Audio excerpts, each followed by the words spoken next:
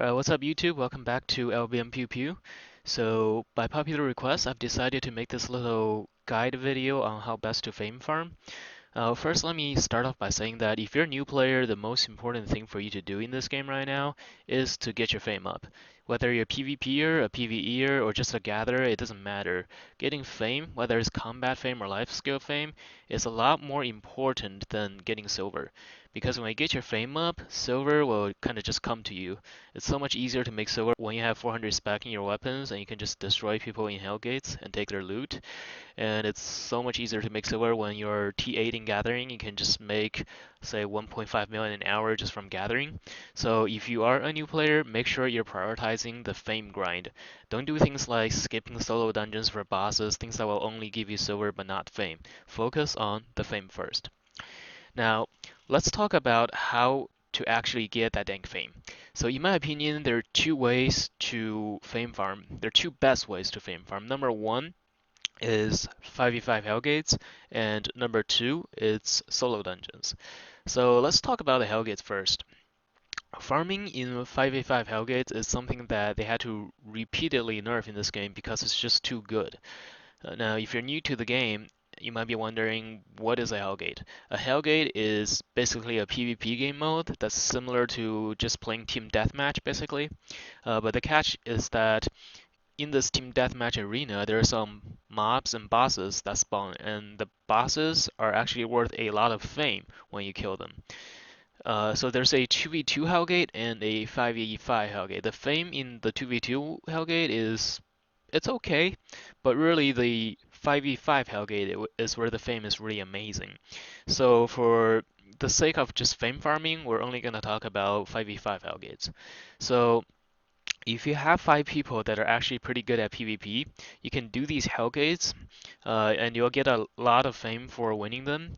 But if you don't have 5 people that are actually good at PvP, well, there's still a way that you can kind of take advantage of all the fame that's in this game mode.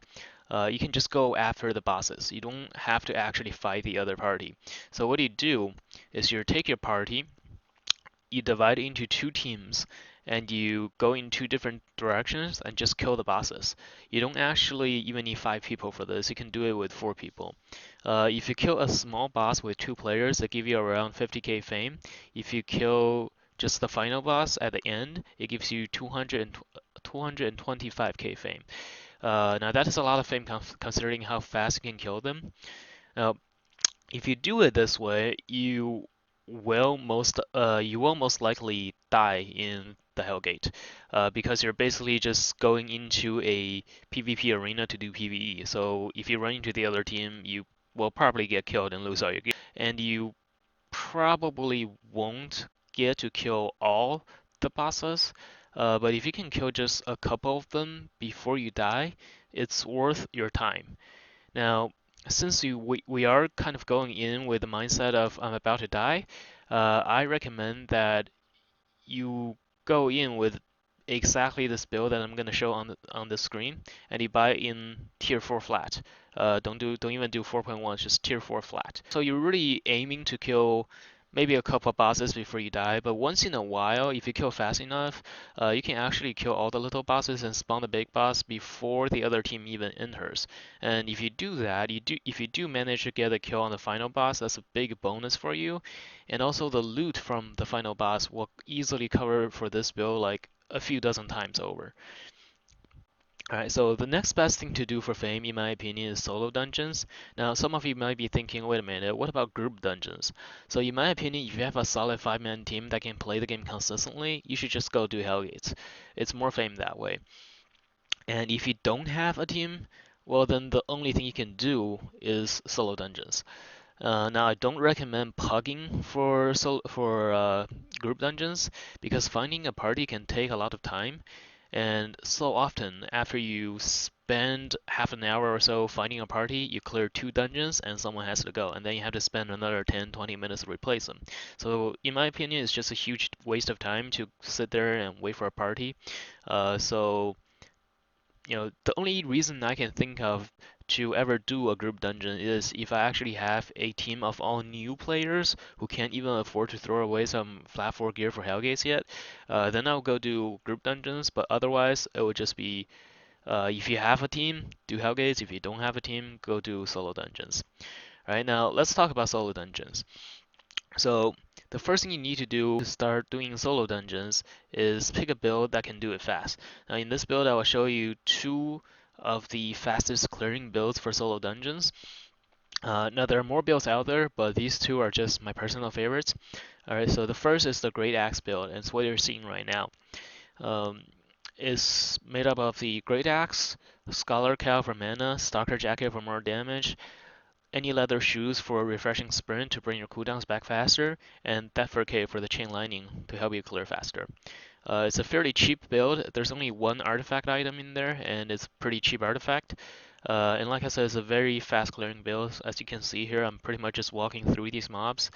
But it does have one problem, and that is the fact that it doesn't have any sustain.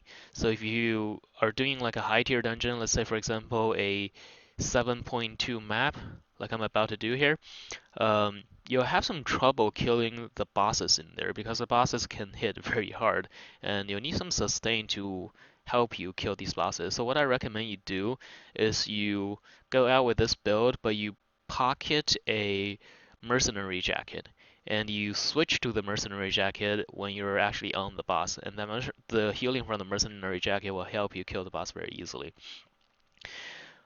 So here's another build that's very fast at clearing dungeons. It's actually even faster than the Great Axe, but it's also very expensive.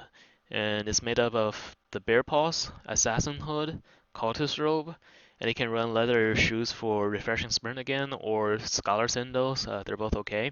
This build is even faster at clearing than the Great Axe. As you can see here, I'm doing a T7 dungeon here, and I'm moving as quickly as I was with the Great Axe in a T6 dungeon. And that is because the Bear Paws is a tier 3 artifact, so it gives you the most item power of all the axes. So your W and Q with the Bear Paws will hit a lot harder than the Great Axe. And plus, since I'm using a cloth armor, you'll get that 85% extra damage. So that makes the Q and W on this build hit super hard compared to the Great Axe. And of course, you have the E, which pretty much one-shots any mobs, right? So I do that, and I use the Assassin's Hood to bring my E back off of cooldown faster. Assassin's Hood and the refreshing sprint. So the 30-second cooldown on the E is not gonna affect me as much. The downside to this build is that it is very expensive, so if you get dungeon dove and you die, it will be a pretty big loss. Now, speaking of dungeon diving, what do we do about dungeon divers? Because neither of these builds are very good at PvP. I mean, you can kill someone with it if you get dove by someone that's just terrible at PvP. You can turn around and kill them with it. I actually have some videos of that happening. But if you do get dove by someone that's actually decent at PvP and they're running a build that's just made for killing you, and you're running a build that's made for killing mobs and bosses, then you'll probably lose, right? So should we just modify these builds a little bit to get them more ready for PvP? Well, you can, and a lot of people do, but I wouldn't, because there's no good 1vx build out there that can handle the solo dungeon divers and will still give you a clear time that's as fast as these builds. Right? So if your goal is to really maximize your efficiency at fame farming, I would just not worry about the PvP aspect. Just clear the dungeons as fast as you can to minimize the chance of someone running into you while you're in the middle of clearing the dungeon, and that's the best thing you could do. Otherwise, if you do build for PvP, you will lose some clear speed. And personally, that's not what I would do. But if you want to do that, well, I have a couple of builds here that I can show you. All right, so first is my Warble build. Now, I'm sure you've all seen this build in action by now. If not, go click on my other videos and you'll see what it can do. It kicks a lot of ass in small scale PvPs. And it can also clear dungeons at a somewhat okay speed. But it's not going to be nearly as good as the two builds that I just showed. Next, we have dual swords or carving swords with clear graveguard or guardian mage robe. I would recommend the Guardian Mage Robe because the Clear Graveguard is going to get nerfed soon and the Guardian Mage Robe is going to get buffed soon. So if you get used to the Guardian Mage Robe now, it's going to help you for after the patch hits. But also, even as it is right now, the Guardian Mage Robe is still a very good choice because Clear Graveguard is a very popular choice that a lot of people are using right now. A lot of people that are going to be diving you will be running Clear Graveguard. So if you run the Guardian Mage Robe, you can use the Mage Robe to purge the Everlasting Spirit on the Cleric. If you actually manage to pull that off, you'll actually pretty much hard counter the Cleric Graveguard combo with a Guardian Mage Robe. These source builds, they're also not going to be as fast as the two axe builds that I just showed earlier, but they are still pretty good because the weapons, they both have 3 AoE skills on the weapons, so they will still be able to clear probably faster than my Warble build actually. But they won't be able to PvP as well. Alright, so in this last part of the video, I'm gonna talk quickly about something called fame credits. Many people come onto my stream to ask whether if it's more efficient to use fame credits. If you don't know what fame credits are, I'm gonna have a link in the video description below to another YouTuber's video that will explain exactly what fame credits are and how it works. But a short explanation here is that there is a system in the game called fame credits that lets you refund your combat fame for silver so you can use it to spec into your other weapons.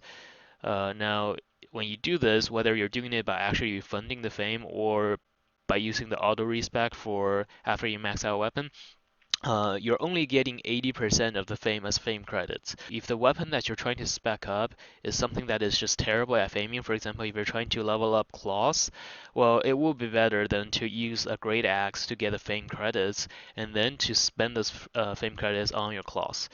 But if you're trying to level up something like Great Frost, well, the Great Frost can clear just as fast as the Great Axe, so it would not be as efficient then to use fame credits because you're only going to be getting 80%.